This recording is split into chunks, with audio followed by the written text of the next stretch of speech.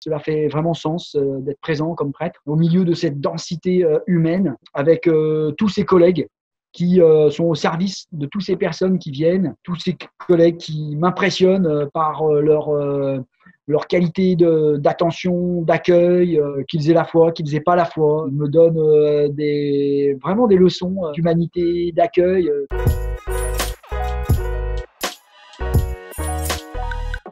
Je m'appelle Damien Guillot, je suis curé de la paroisse de Notre-Dame de Fraternité à Villeurbanne.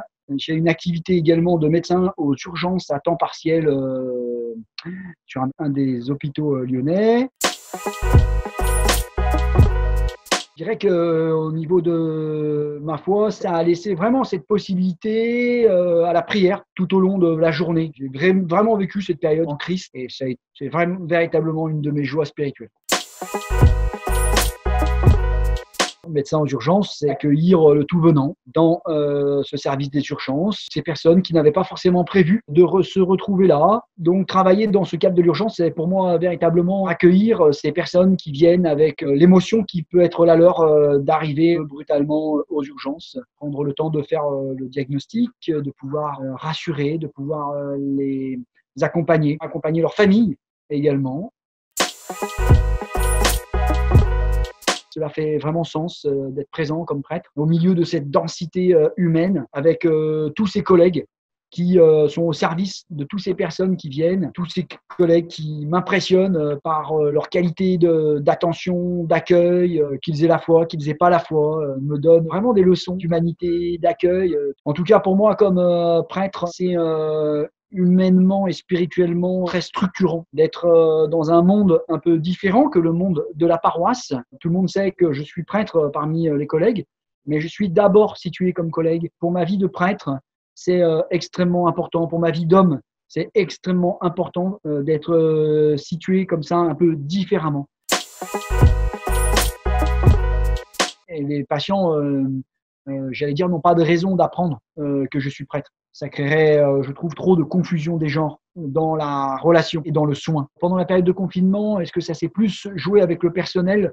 J'allais dire pas plus qu'auparavant. Il y a toujours, en effet, des relations avec le personnel où je sens qu'on m'interpelle comme prêtre par rapport à ce qui m'est dit de la vie de tel ou tel, de ses questions, ses réflexions, de ses projets. Là, en effet, avec le personnel, il se joue quelque chose de ma vie de prêtre aussi.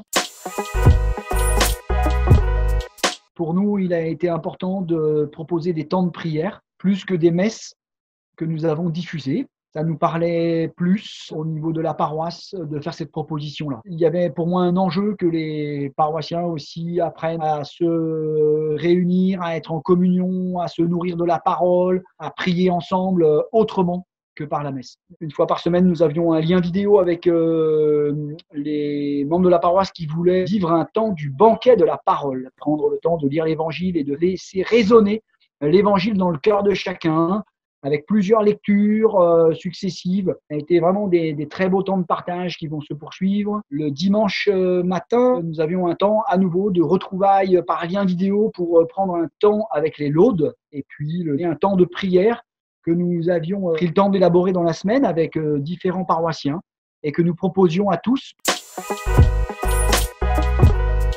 Pour moi, ça fait extrêmement sens parce que c'est la pratique de l'Église dans les premiers siècles. Ils vont au temple prier et ils se retrouvent à la maison pour partager le pain. Parce que l'Eucharistie au cœur de nos vies, au cœur de cette vie de famille, ça me paraît faire sens en lien avec l'incarnation. Dieu s'est fait homme pour nous rejoindre au cœur de nos vies, au cœur de notre travail, au cœur de notre vie de famille.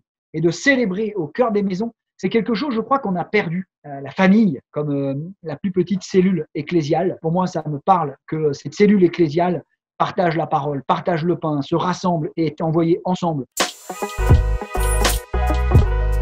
La rencontre de Jésus et des apôtres et notamment de Thomas. Cet évangile m'a beaucoup rejoint en cette période de confinement parce que nous avons véritablement des apôtres qui sont confinés. On voit le Christ venir.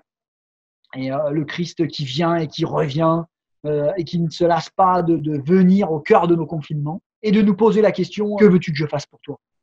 C'est comme ça que j'entends cette remarque à Thomas. Vas-y Thomas, mets ta main, regarde, c'est bien moi. Il part de la demande de Thomas, de ce que Thomas veut voir, de là où en est Thomas. Le Christ qui sans cesse vient nous rejoindre, qui part de nos inquiétudes, de nos demandes, de nos désirs, sentir cette proximité, qu'il nous fait confiance, qu'il nous envoie, de sentir toute cette liberté qu'il laisse aux uns et aux autres. Voilà, c'est véritablement une parole qui m'a nourri, qui m'a rejoint dans ce temps de confinement.